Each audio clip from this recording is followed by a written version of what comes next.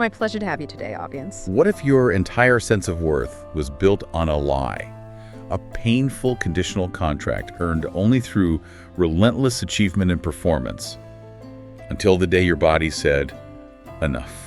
Welcome to Enchanted Life Inside. Today we are conducting a deep dive into an area of human experience that often remains silent, but really echoes through the most successful adult lives. It absolutely does. We're looking at a topic that challenges the very foundation of how we measure our own value, our own identity, childhood emotional neglect, or CEN. Our mission today is, well, it's profound, but it's very focused.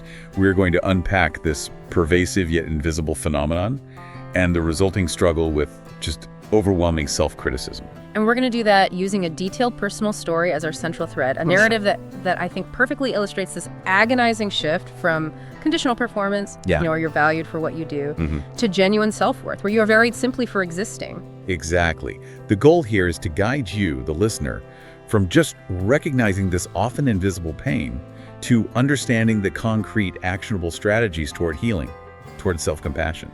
We really need to go beyond surface-level advice here and truly understand the mechanics of this internal void. So let's start at the beginning. Let's define this affliction that Dr. Jonas Webb calls a silent sickness. That phrase, silent sickness, is, well, it's just the most apt description possible because CEN is so often missed. It's defined not by active trauma or overt abuse, but by the absence of something crucial. So not by something that happened. No, not at all. Crucially, and this is the logic we have to hold on to, it's due to something that failed to happen in childhood rather than something destructive that did. It's the void. That is such a core paradox, isn't it? When we talk about psychological wounds, we're always looking for the scar, the event, the injury. But with CEN, it's the absence. It's the void left behind. It's all those missed opportunities for emotional attunement, for validation, for emotional coaching that should form the foundation of a healthy emotional life. But tell me, how can something so detrimental be so common? And why do well-meaning parents, because we're not always talking about malicious people, why do they inflict this? It's the generational transmission of, for lack of a better term, emotional illiteracy. We often see this in the archetype of the well-meaning but emotionally neglected parent themselves. The sources categorize them as type 12. Type 12. And what does that mean? These are parents who are loving, they're devoted, they meet every physical need, they care deeply, but they simply miss the emotional mark. Why? Because they were raised in emotional deserts themselves. Wait, so are you saying a parent can genuinely love their child, provide everything, food, shelter, a great education, but still cause this profound emotional neglect just because they never learned how to express feelings? Or even see them as valid? That's exactly what I'm saying. They were never taught that emotions matter or how to respond to them. They might believe that if a child is upset, the best thing to do is tell them to tough it out or, be grateful for what you have. Right, they think they're teaching resilience. To them, they're being responsible. They're preventing softness or drama. They're operating from their own script of emotional scarcity.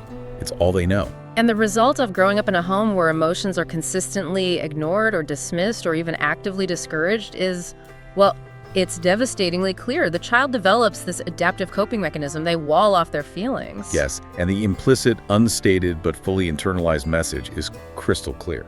No feelings allowed. That emotional shutdown is an act of survival in childhood. But it turns into a prison sentence in adulthood. A prison sentence. And that's when they find themselves profoundly struggling, often with a highly successful external life that's masking this deep internal turmoil. Our sources identify 10 key internal struggles that define the adult experience of CEN. I think our audience, the learner, will likely recognize several of these subtle, insidious pains. Let's walk through a few. Let's start with the first two again, because they really set the stage. The first is that constant nagging sense that something is not right with you, that you are somehow wrong, but you can't name why. You feel inherently defective, but there's no event that caused it. Because there was no single event. So the burden falls inward. It must be me. This deficiency then fuels that second major struggle. Feeling somewhat empty, disconnected, lost, or alone, even when your life looks incredible to outsiders. Like Marta from the source material. Exactly like Marta. She felt terribly lonely and drained despite her privileged position. She felt she had no excuse to feel bad because she hadn't experienced any big traumas.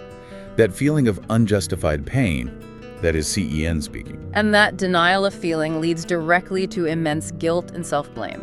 Guilt for struggling, guilt for the years lost, Guilt for feeling low when, by all societal metrics, you should be happy. And that leads to another pain, the challenge of poor self-knowledge.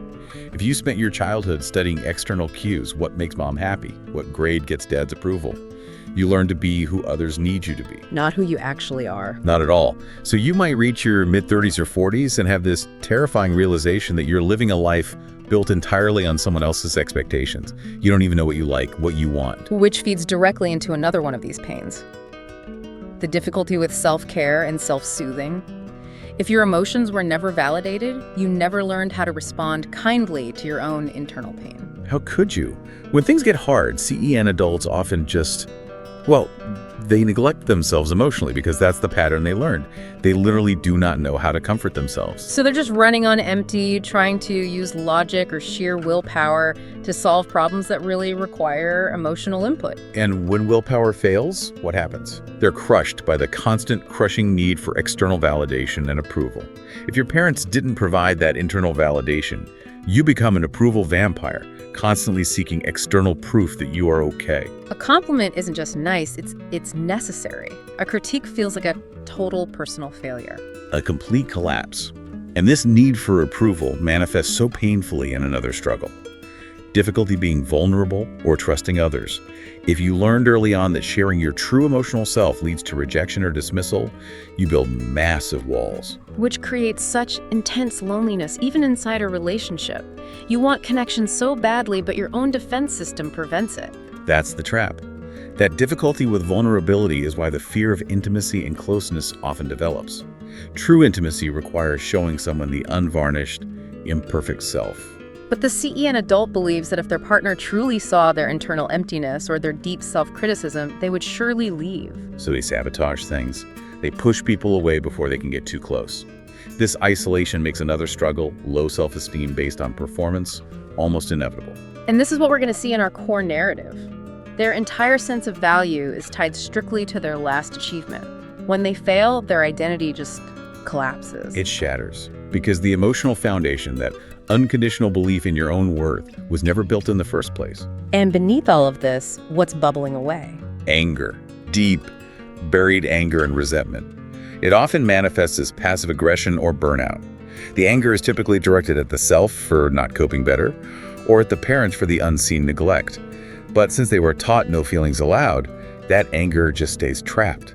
It consumes them from the inside. It's a profound disconnection from their inner guidance system. When you block off feelings, you block off the fuel that moves you towards self-fulfillment. And this internal void, this running on empty, it brings us directly to the core narrative, the case study of conditional worth drawn from our sources. This story perfectly illustrates the achievement-focused parent dynamic, or Type 9. Type 9, where excellence isn't just an aspiration. It's a non-negotiable requirement for love. It's the price of admission. Let's really paint the picture of this household. The sources describe an environment where love wasn't a given. It operated under a strict, unforgiving contract. The father, a highly successful cardiologist, wasn't satisfied with excellence. No, excellence was the baseline. He would literally circle grades below A+ with a red pen on the report card and just slide it across the table. And say what?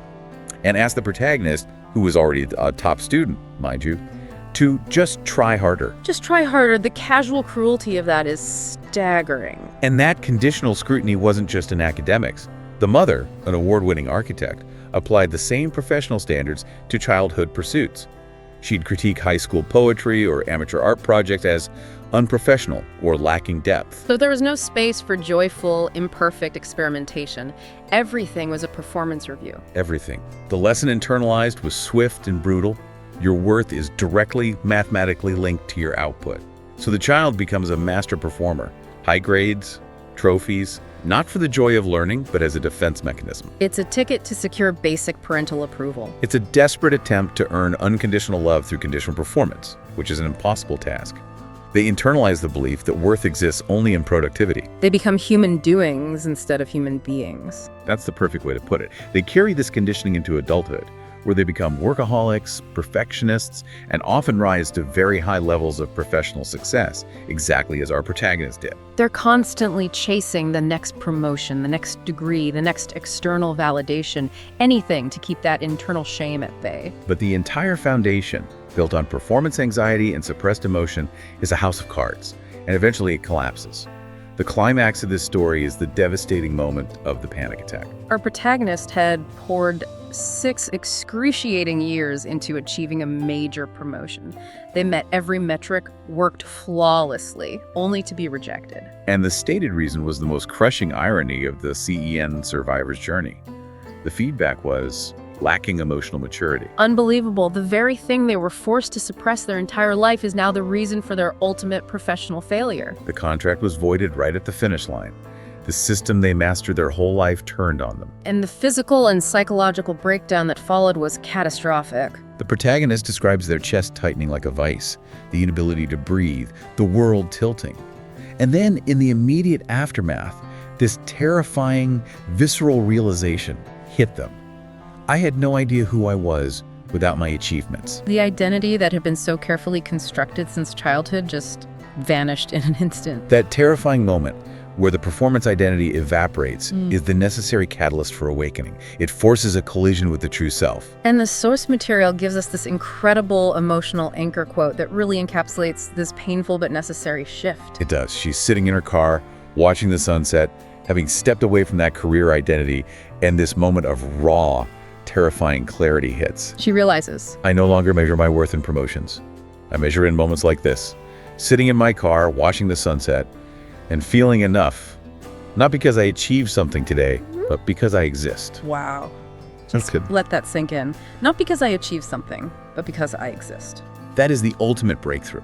The worth shifts from external doing to internal being.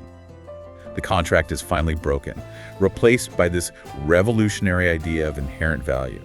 But for the healing to truly begin, they had to move beyond self-blame and confront the origins of the contract, the family dynamics. And this confrontation required incredible nuance.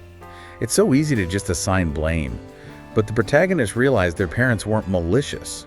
They were, as the source describes them, simply wounded people themselves. So what happened when she confronted them? She risked the truth.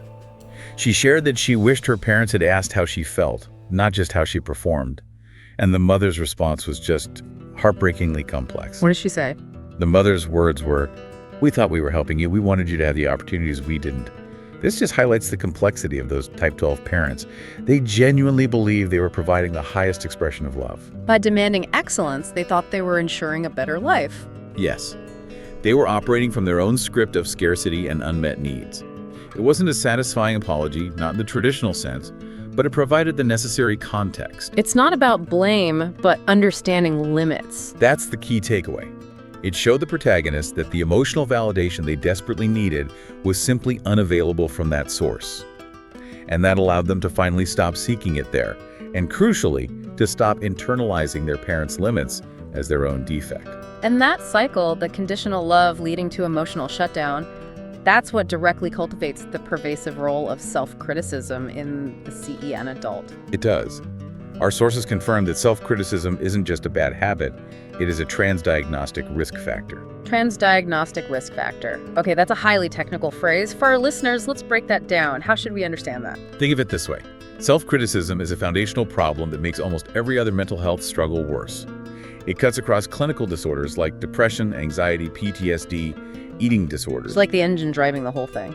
It's the engine constantly driving feelings of unworthiness, inferiority, and failure, regardless of the person's external success. And the data on this is really debilitating. The sources show that self-criticism predicted poorer outcomes across multiple psychological treatments. So even when people get help like with cognitive behavioral therapy, CBT, or interpersonal psychotherapy, IPT, the self-criticism undermines the progress. Precisely.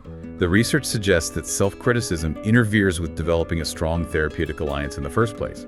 That internal voice is constantly whispering, "You aren't trying hard enough, this won't work, you don't deserve to be fixed." It sabotages the healing from the inside. So in the CEN context, the inner critic develops as a survival mechanism. It's constantly demanding perfection to preempt rejection or more pain. We have to understand the function of this critic before we try to fight it. This is where the Internal Family Systems, IFS, model offers such a powerful reframe. IFS suggests our psyche is made of different parts, all holding positive intentions for us, even if their methods are Well, maladaptive in adulthood. So instead of seeing the inner critic as this toxic enemy to be destroyed, IFS encourages approaching it with curiosity, with compassion. that is so counterintuitive. We're taught to fight the bad voices in our heads. Why would we look at the critic as having a positive intention? Because the critic is a part whose core positive intention is protection. It criticizes because it fears you'll make a mistake, be rejected, or feel intense shame, which is the ultimate terror for a CEN survivor. So the critic thinks if I demand perfection, they can't hurt you. Exactly.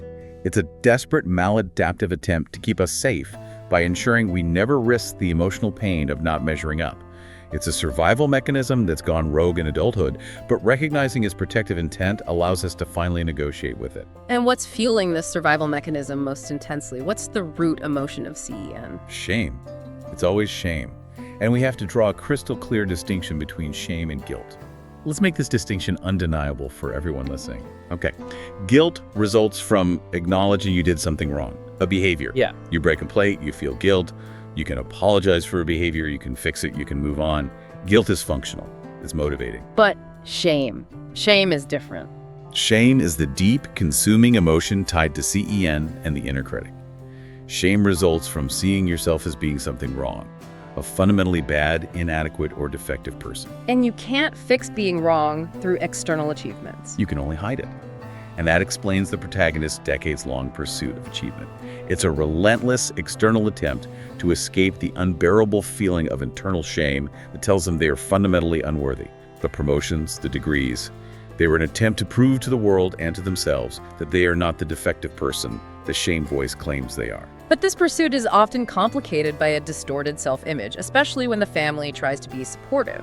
The protagonist shared this perfect, painfully relatable anecdote about her mother. Yes, the protagonist was depressed, feeling like a total failure. Trying to be supportive, the mother sends an email suggesting these just ridiculous career pivots based on outdated childhood interests. What did she suggest? Specifically, the mother suggested the 33-year-old could suddenly become a fashion designer, even though the protagonist states clearly, "I cannot even draw for good sake." She called the advice as realistic as suggesting I thought about becoming an astronaut. Wow, that kind of praise, which the source correctly calls cheerleading, not coaching, is infuriating because it just confirms you are still completely unseen. It's worse than silence. The parents are responding to a fictional, idealized version of their child, an image stuck in the past, rather than seeing the reality of the adult, their current skills, or their very real struggles. It makes the adult feel even more misunderstood and angry. You're getting compliments full of bullshit, when what you need is realistic guidance and validation of your current pain. It just reinforces that painful realization that the emotional void is still there, and you have to be the one to heal yourself. And that journey to healing begins the moment you realize that recognizing CEN frees you up to finally give yourself the emotional validation you missed. So let's unpack the clear, actionable frameworks for this. Dr. Webb and Dr. Kristen Neff focus on self-compassion as the core healing agent. Yes. Let's systematically go through Dr. Webb's 10 strategies for coping and healing CEN. These are the concrete steps for rebuilding that emotional foundation. The first one is foundational and maybe the hardest emotional heavy lifting because it requires intellectual honesty. Strategy 1. Deeply acknowledge how emotional neglect happened in your family. This step requires moving beyond a simple, "my parents failed me," to understanding the nuance. Was it active or passive? Malicious or benign? Were they struggling themselves, like that type 12 parent we discussed? Understanding how the mechanism is the key to freeing yourself from self-blame. It validates your own experience. It provides the logical framework you need for emotional self-acceptance. Exactly. And once that historical foundation is set, the next critical steps are about reconnection. Strategies 2 and 3. Accept that your emotions are blocked but still exist. And then most powerfully, start paying attention to your feelings. You're literally doing the opposite of what your childhood taught you. Childhood demanded silence and suppression. Healing demands listening and honoring. It starts with simple body awareness. Where do I feel this tension? Is that sadness in my chest or just fatigue? Paying attention to your feelings allows you to reach across that wall and reclaim the richness and connection that lies in your emotional life. Then we move to the next great challenge for the CEN survivor, tolerating internal discomfort. That's strategy 4. Practice sitting with negative feelings to increase your tolerance. This sounds so simple, but for CEN adults who spent their lives running from strong feelings, shame, anger, grief, this is a major building block for all future emotional skills. It means stopping that instant reaction. The shutdown, the impulse to fix it, the urge to self-medicate. All of it. And instead, just allowing the feeling to exist without judgment. It's about being in control of yourself, rather than reacting or shutting down instantly when pain arises. Which leads into strategy 5, learning how to name and manage your emotional responses, specifically anger and sadness. Why are those two emotions so critical for CEN survivors? Because CEN survivors were often taught that anger is destructive and sadness is self-indulgent. But anger is just energy. If it's blocked instead of expressed assertively, it will consume you. It leads to passive aggression or burnout. And sadness is necessary for processing loss, including the loss of the childhood you deserved. So learning to name these emotions allows you to manage them rather than being managed by them. Yes. And that leads directly to strategy 6, the counterforce to the critic. This is where we develop and practice self-compassion. As Dr. Webb points out, people with CEN are often far kinder to others than they are to themselves. So much kinder. This strategy is about accepting your fundamental human rights. You will make mistakes, you will make poor decisions, you will fail. But you should not be harsher on yourself than you would be on a friend you love. It's the unconditional warmth needed to dismantle that conditional contract. To put some structure around that warmth, let's bring in Dr. Kristen Neff's model. She breaks self-compassion down into 3 interacting components. This isn't just about being nice to yourself, it's a specific psychological resilience factor. The first component is self-kindness versus self-judgment. This means offering warmth and unconditional acceptance when you're facing your shortcomings, rather than attacking and berating yourself. So if the inner critic whispers, "You're an idiot for missing that deadline," self-kindness replies, "I am struggling right now, this is difficult, and I will be gentle with myself." It directly counters that self-talk that says, "I am defective." Exactly. The second component is paramount for CEN survivors who feel so uniquely broken. It's common humanity versus isolation. What does that mean in practice? It means recognizing that imperfection, failure, and suffering are universal parts of the human experience. It means realizing that when you feel shame for a mistake, millions of other people are also making mistakes and struggling with inadequacy. It lessens that egocentric feeling of isolation, the core belief that it's just me who is broken. It transforms shame into shared human suffering, which is far more tolerable. Much more. And finally, there's mindfulness versus over-identification. This is about being aware of your painful experiences in a balanced way. So not ignoring or avoiding the pain, which is the CEN default, but also not, wallowing in it. Exactly. It's neither ignoring nor exaggerating. It's simply observing the feeling, labeling it, and acknowledging this is anxiety or this is hard. This balanced observation facilitates the self-kind response, which can then ask, okay, what action can I take right now to care for myself? Okay, let's get back to the remaining strategies for healing. Strategy 7 focuses on learning to value and manage emotional needs in relationships. This is where we learn how to communicate those previously walled-off feelings.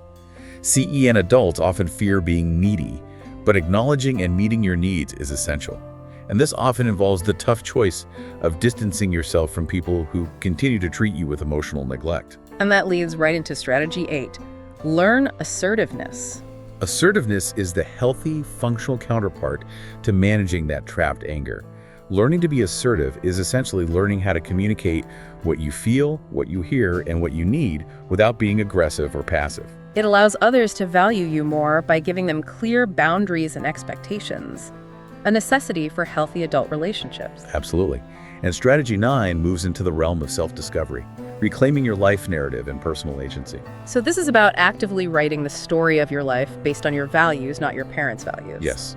Identifying your true desires, not just what guarantees approval. This might involve changing careers, leaving unproductive relationships, or just starting a hobby purely for enjoyment, not for performance. And finally, strategy 10, sustaining the journey. This is about recognizing that healing is cyclical, not linear. It is. It's about building in robust self-care practices, managing stress, and understanding that you will have days where the inner critic is louder than the voice of self-compassion. The key is persistence. A relapse in self-criticism doesn't mean the entire foundation has crumbled. The entire journey really culminates in this shift of perspective, a realization of how to value humanity in its imperfect state.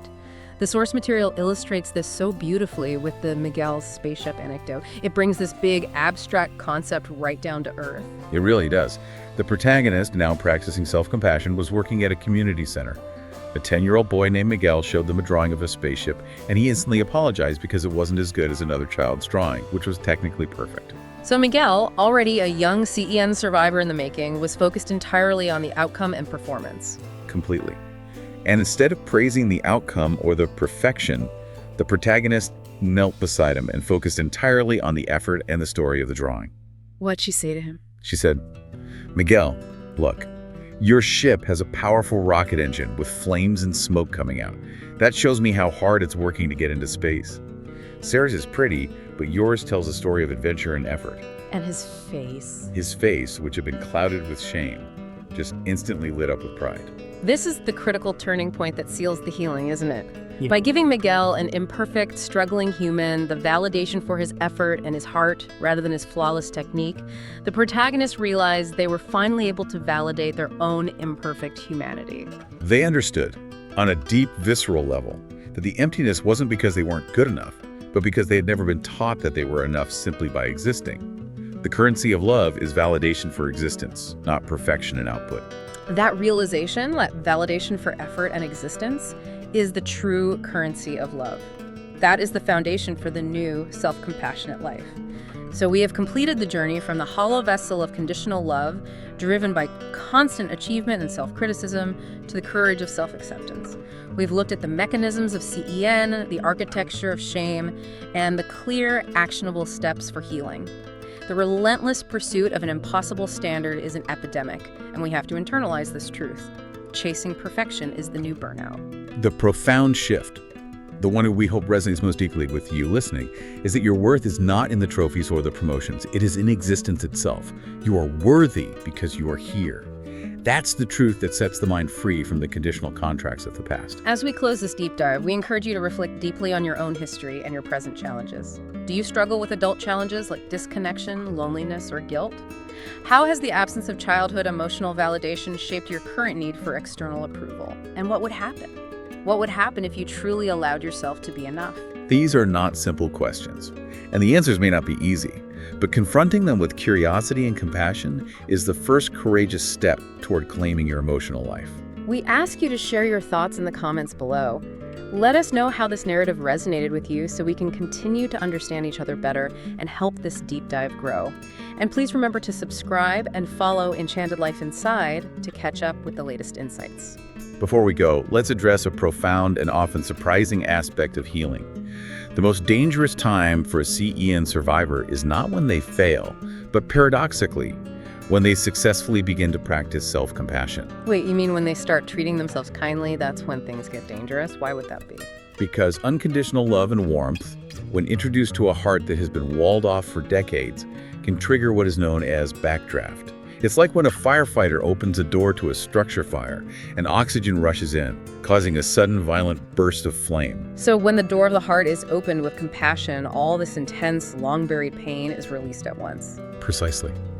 Unconditional love reveals the conditions under which we were unloved in the past, activating tremendous grief, resentment, and fear of that old pain. The initial burst of self-compassion can feel like a devastating emotional crisis. So healing isn't some gentle breeze. No, it's courage in the face of old, buried emotional wounds. But that grief is proof that the healing is working. I'm still learning to do this. Some days, especially when I face a challenge or I make a mistake, I hear my father's voice, "You could have done better." But now I answer it with a new truth. I am enough. That new internal answer is the only compass you will ever need. I look forward to seeing you again soon, exploring more of these ordinary things that happen every day, but are, well, very much worth thinking about. Remember, it's never going to be perfect. Chasing perfection, the new burnout. My name's Eli, E-L-I, Eli. Thanks, everyone. See you next time.